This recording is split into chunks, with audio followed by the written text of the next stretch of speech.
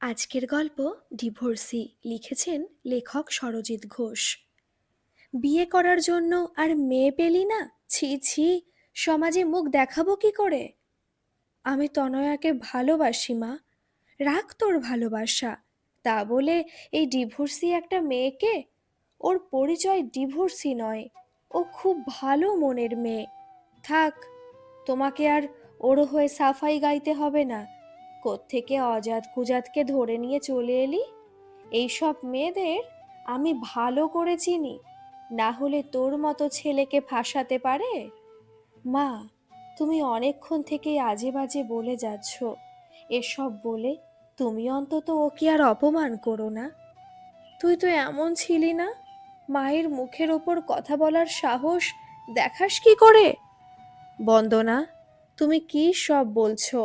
বিনয় তো ভুল কিছু করেনি। যাকে ভালোবাসে তাকে বিয়ে করে নিয়ে এসেছে, এতে অসুবিধাটা কোথায় তোমার? তা বলে ডিভোর্সি একটা মেয়েকে পাড়াতে মাথা তুলে দাঁড়াতে পারবে তো কাল থেকে? যেমন বাবা তেমনি তার ছেলে, তা না হলে ছেলেকে কেউ এভাবে প্রশ্রয় দেয়? মাথা নিচু করার মতো কাজ তো কিছু করেনি, বরং আমার গর্ব হচ্ছে। এ ঘটনা আজ থেকে 5 বছর আগের। ছেলে ডিভোর্সি একটা মেয়েকে বিয়ে করেছিল বলে বাড়িতে সাইক্লোন বয়ে গিয়েছিল। কারণ মেয়েদের একবার ডিভোর্স হয়ে গেলে মেয়েদের বাঁকা চোখে দেখে, আর সেটা নিয়ে আশেপাশের মানুষজন, পরিচিত বন্ধু বান্ধব, সবার কাছে সেটা বেশ রসালো আলোচিত বিষয়। এই চর্চাটা আবার বেশি করে মেয়েরা নিজেরাই। দুইজন মানুষ একসঙ্গে থাকার স্বপ্ন নিয়েই ঘর বাঁধে, কিন্তু সম্পর্ক যখন তেতো হয়ে যায় তখনই কেবল সেই সম্পর্ক ডিভোর্সে রূপ নেয়। অথচ ডিভোর্স শেষে একচেটিয়া নারীর উপরই সংসার করতে না পারার দোষ দেয় এই সমাজ। তর্জনী ওঠে মেয়েদের দিকেই, অথচ ডিভোর্স ছেলে এবং মেয়ে উভয়েরই হয়। আমার শাশুড়িমা তীব্র প্রতিবাদ জানিয়েছিলেন ছেলের এহেন কর্মকাণ্ডে। বিয়ের পর থেকে এমন আচরণ করতেন যে আমাকে বাড়ি থেকে বের না করে দিলে ওনার শান্তি নেই। তবে সব থেকে ভালো ব্যাপার হচ্ছে দুজন মানুষ সব সময় আমার পাশে থেকেছেন। একজন আমার স্বামী আর একজন আমার শ্বশুর মশাই। এত অশান্তির মধ্যে দুজন মানুষ মেরুদণ্ড সোজা রেখেছিলেন। শাশুড়ি মাকে কোনোদিনই সাপোর্ট করেনি কেউই, আর তার জোরেই আমি আমার আধিপত্য বজায় রাখতে পেরেছিলাম এই বাড়িতে। শাশুড়িমা কত কথাই বলতেন, আমি আর কান দিতাম না কোনো কথাতেই। আশ্চর্যের বিষয়, দুজন পুরুষ মানুষ সব সময় যখন আমার পাশে থেকেছে, তখন আমার শাশুড়িমা নিজে একজন মেয়ে হয়েও আমার বিরুদ্ধেই গেছেন সব সময়। আজ আমার একমাত্র ননদিনীর বিয়ে। বাড়িতে লোকজনের সমাগম, হই হুল্লোড় চলছে। সকাল থেকে সানাই বাজছে, বলতে গেলে একেবারে ধুমধাম করে বিয়ে। বাজি বাজনা বাদ দিই, একেবারে রাজকীয় ব্যাপার। আজ আমার অনেক কাজ। ননদিনীর বিয়ে বলে কথা, তার মধ্যেই কলম ধরেছি। যখনই সময় পাচ্ছি লুকিয়ে লুকিয়ে একটু করে লিখছি এ কাহিনী। আরে বৌমা, তুমি এখানে? আমি সারা বাড়িতে তোমাকে খুঁজে চলেছি। কিছু বলবেন মা? একটু খবর নিয়ে দেখো না, গায়ে হলুদ নিয়ে বেরিয়েছে কিনা। এখনই দেখছি। ননদিনীর বিয়েটা হচ্ছে আমার পরিচিত একজন বন্ধুর সঙ্গে। নাম অভিনন্দন। ছেলে হিসেবে ভীষণ ভালো, সরকারি চাকুরে, এছাড়াও একটা এনজিও এর সাথে যুক্ত। সম্বন্ধটা আমিই করেছিলাম। আমি ওকে বলেছিলাম আমার নিজের ননদ আছে, দেখতে পারিস। তারপর দেখে পছন্দ হয়, দুই বাড়িতে কথাবার্তা হয় বিয়ের জন্য। তারপর আসে সেই প্রতীক্ষিত বিয়ের দিন। ননদিনী সেজেছে এক অপরূপ সাজে, খুব সুন্দর লাগছে। প্রতিটা মেয়েই অপেক্ষা করে থাকে এই দিনটার জন্য। ভালো ঘর, ভালো বর, কে না চায়? সত্যিই তো, অভিনন্দনের মতো ছেলে হয় না। এমন একটা ভালো ছেলে সত্যিই ননদিনীর বিরাট সৌভাগ্য। চারিদিকে আলোর রোশনাই, সারা বাড়িতে আলো ঝলমল করছে। সব কাজের মধ্যে থেকেও আমি আমার ঘরে এসে বসেছি দু কলম লেখার জন্য। কারণ অনেক আগে থেকেই ঠিক করে রেখেছি আমি যদি কোনোদিন ননদিনের বিয়েটা প্রকাশ্যে ধুমধাম করে দিতে পারি, তবে সেই দিনেই লিখব এই গল্প।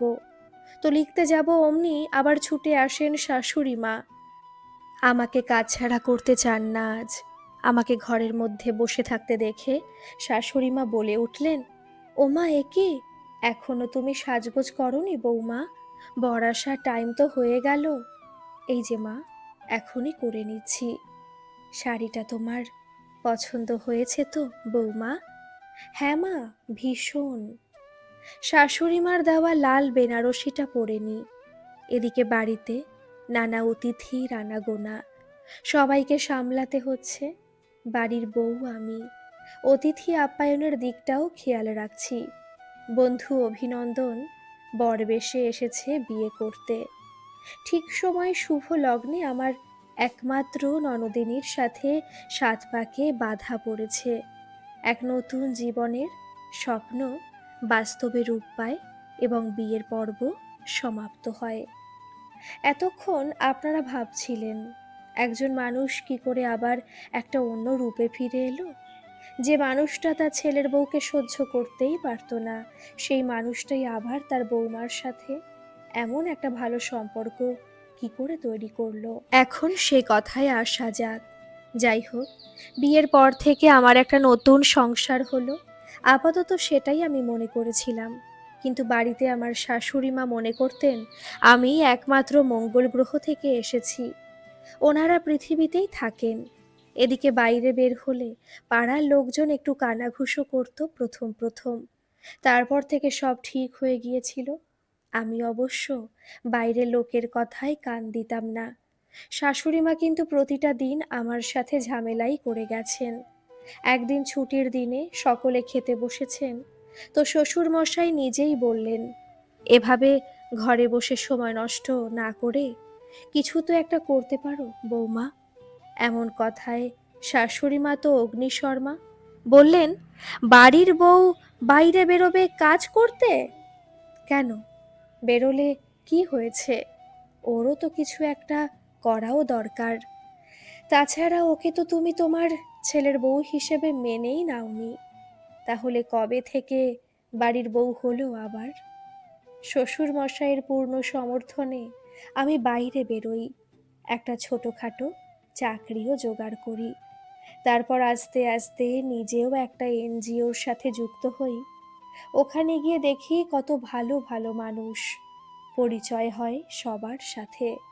অভিনন্দনের সাথে পরিচয়টা হয় ওখানেই। তখন থেকেই ও আমার ভালো বন্ধু হয়ে যায়। মোটামুটি মাস 6 কেটে গেছে। এবার শুরু হলো অন্য একটি ঝামেলা। ঝামেলাটি আমার ননদিনীকে নিয়ে। ননদিনীর তখন সবে 1 বছর বিয়ে হয়েছে। শ্বশুরবাড়ির লোকজন ভালো হলেও ননদিনীর স্বামী মানুষটি ভালো নয়। উনি পরকীয়ায় আসক্ত। এমন স্বামীর সঙ্গে ননদিনী থাকবে কি করে? কখনোই থাকা যায় না বলে আমিও মনে করি। তাই ওই সম্পর্ক থেকে বেরিয়ে আসা উচিত বলে মনে করেন আমার শাশুড়ি মা। আমিও শাশুড়ি মাকে সাপোর্ট করেছিলাম তখন। অবশেষে সব দিক চিন্তা করেই শেষমেশ ননদিনীর ডিভোর্স হয়েই গেল। এরপর ননদিনী চলে এলো বাপের বাড়িতে। কি হবে তাহলে এরপর? গ্রাজুয়েশন পাশ করার পরে বিয়েটা দিয়ে দিয়েছিলেন শাশুড়ি মা। শ্বশুর মশাইয়ের অনেক আপত্তি সত্ত্বেও, কারণ পাত্র শাশুড়ির পরিচিত, মানে শাশুড়ি মায়ের বাপের বাড়ির দিকে চেনাশোনা। কিন্তু ছেলেটি যে পরকীয়ায় আসক্ত হবে এটা আর কে জানতো। যাই হোক, ডিভোর্সি মেয়ে মানেই তার যে সব সময় দোষ থাকে না, এটা শাশুড়ি মাকে ভালো করেই বুঝিয়ে দিলাম। এরপর থেকে শাশুড়ি মা নিজেই তার মেয়ের আবার বিয়ে দেবার জন্য উঠে পড়ে লাগলেন, কারণ মেয়েটার সারা জীবন পড়ে আছে। ব্যাপারটা হলো, পরের মেয়ের ডিভোর্স হলে তার দোষ থাকে, কিন্তু নিজের মেয়ের হলে তার জন্য সমবেদনা থাকে। এই মানসিক অবস্থায় আমি ননদিনী এবং শাশুড়ি মায়ের পাশে থেকে মনোবল জুগিয়ে গেছি। আমি ননদিনীকে পড়াশোনা শুরু করতে বলি এবং আমার সহযোগিতায় এমএ কমপ্লিট করে। তারপর যেদিন অভিনন্দনকে বললাম ননদিনীর কথা, সত্যি ওর মতো উদার ছেলে হয় না। ও বলেছিল, ডিভোর্স যে কোনো কারোরই হতে পারে, আমার কোনো অসুবিধা নেই। বলছিস যখন, তখন না হয় দেখেই আসি। তারপর আর কি, দেখে শুনে পছন্দ, আর আজই সেই বিয়েটা সম্পূর্ণ হলো। বিয়ের সমস্ত কাজকর্ম মিটে গেছে। এমন সময় দেখি শাশুড়ি মা ছুটে এসেছেন আমার কাছে। জিজ্ঞেস করলাম, কিছু বলবেন মা? এত বড় একটা কাজ তুমি না থাকলে কোনোভাবেই সম্পন্ন হতো না। তোমার এ ঋণ জন্ম জন্মান্তরেও শোধ করতে পারবো না। তুমি শুধু বৌমা নও, আজ থেকে তুমি আমার এক মেয়ে। এমন করে বলবেন না মা। আমি আপনার মেয়ের জায়গাও নিতে চাই না, তবে কিছু কথা আপনাকে বলতে চাই। আমরা মেয়েরাই যদি মেয়েদের পাশে না থাকি, তাহলে কে থাকবে মা? ডিভোর্স হলেই যে সব মেয়েই খারাপ হয় তা নয়। তাই চলুন না, আমরা সেই দায়িত্ব নিয়ে একে অপরের পাশে থাকি। কত শত মেয়ে আছে, তাদের নামগুলোই আমরা ভুলে যাই। ঘুণ ধরা সমাজের দেওয়া একটা নাম দিয়েই পরিচিত করে তুলি, বলি ডিভোর্সি। কিন্তু কেন, কেন তাদের বাঁচার অধিকারগুলো কেড়ে নিই বলতে পারেন? ক্ষমা করে দাও বৌমা। আজ থেকে আমিও তোমার পাশে আছি, আর সারা জীবন পাশে থাকতে চাই। তোমাদের এনজিওর সাথে আমিও যুক্ত হতে চাই। আমার দু চোখ তুমি খুলে দিয়েছ। তোমার মতো মেয়েদেরকে আমরা মেয়েরাই হারিয়ে দিই। আজ আর দূরে দাঁড়িয়ে থেকো না, কাছে এসো, বুকে জড়িয়ে ধরি। অন্তত নিজের পাপটা কিছুটা হলেও স্খলন হোক। গল্পটি কেমন লাগলো বন্ধুরা, অবশ্যই কমেন্টে জানাবেন। আর ভালো লাগলে একটা সাবস্ক্রাইব করে যাবেন। ধন্যবাদ।